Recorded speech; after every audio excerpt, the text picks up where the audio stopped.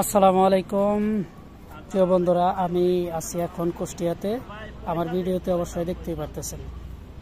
তো আমরা আছি এখন রবীন্দ্রনাথের বাড়িতে, এবং রবীন্দ্রনাথ কুঠির বলে এই কুঠিরে আছি। আপনাদের ভিডিওতে দেখানোর চেষ্টা করতেছি। ভিডিওটি কন্টিনিউ দেখতে থাকুন, আমরা যতদূর দেখাবো এবং দেখানোর চেষ্টা করতেছি। তো এত সুন্দর দেখতে এই রবি ঠাকুরের কুঠিরটা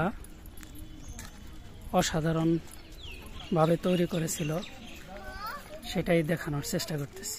এত সুন্দর করে বাউন্ডারি করেছে, দেখতে অসাধারণ লাগতেছে। এক কথায় অনেক সুন্দর বাড়িটি। চারপাশটা ঘুরে দেখানোর চেষ্টা করতেছি, আপনারা ভিডিওটি কন্টিনিউ দেখতে থাকুন। এক কথায় অসাধারণ। চারপাশেই বেলকনি আছে, পিছনের সাইড থেকে দোতলায় ওঠার জায়গা আছে। ভিতরে যাওয়ার কোনো অনুমতি নাই, সে কারণে আমরা ভিতরে ঢুকে দেখাতে পারলাম না। চারপাশ ঘুরে দেখাচ্ছি, চারপাশটা ঘুরিয়ে ঘুরিয়ে দেখানোর চেষ্টা করতেছি। বিশাল এরিয়া, মাঝখানে একটা ছোট্ট ঘর, ওই পাশে একটা পুকুর আছে, সেটাও আমরা দেখানোর চেষ্টা করব। আমরা আগের সাইডটা দেখাইছি, এখন এই সাইডটা দেখানোর চেষ্টা করতেছি। বারবার বলতে হয়, দেখতে অসাধারণ। বিশাল এরিয়া। এই জায়গাটি রবি ঠাকুরের কুটির, বলতে গেলে অসাধারণ। বাড়িটা আমরা সম্পূর্ণ চারপাশটা ঘুরিয়ে দেখানোর চেষ্টা করতেছি। বলতে গেলে বিশাল এরিয়া। এই যে রাস্তা, এই সেই বিল্ডিং। তো যাই হোক, আমার ক্যামেরার ব্যাটারি চার্জ ফুরিয়ে গেছিল, সে কারণে একটু বিরতি নিয়েছিলাম। তো আবার শুরু করলাম চারপাশটা দেখানোর জন্য।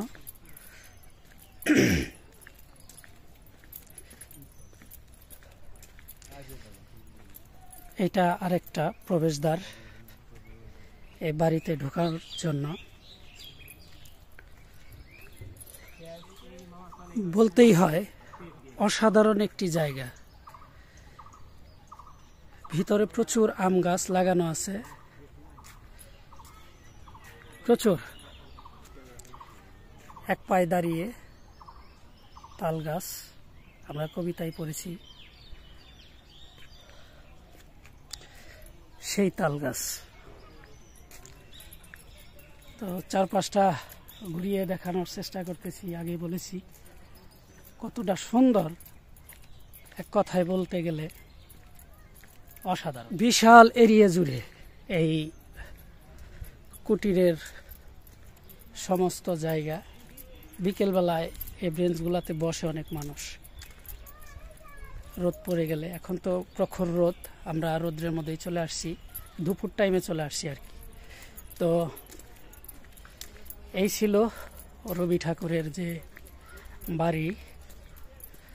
তো ভিডিওটি কেমন লাগলো আমার এই ভিডিওর কমেন্ট বক্সে আপনারা অবশ্যই জানিয়ে যাবেন। ভালো থাকবেন, সুস্থ থাকবেন। আল্লাহ হাফেজ।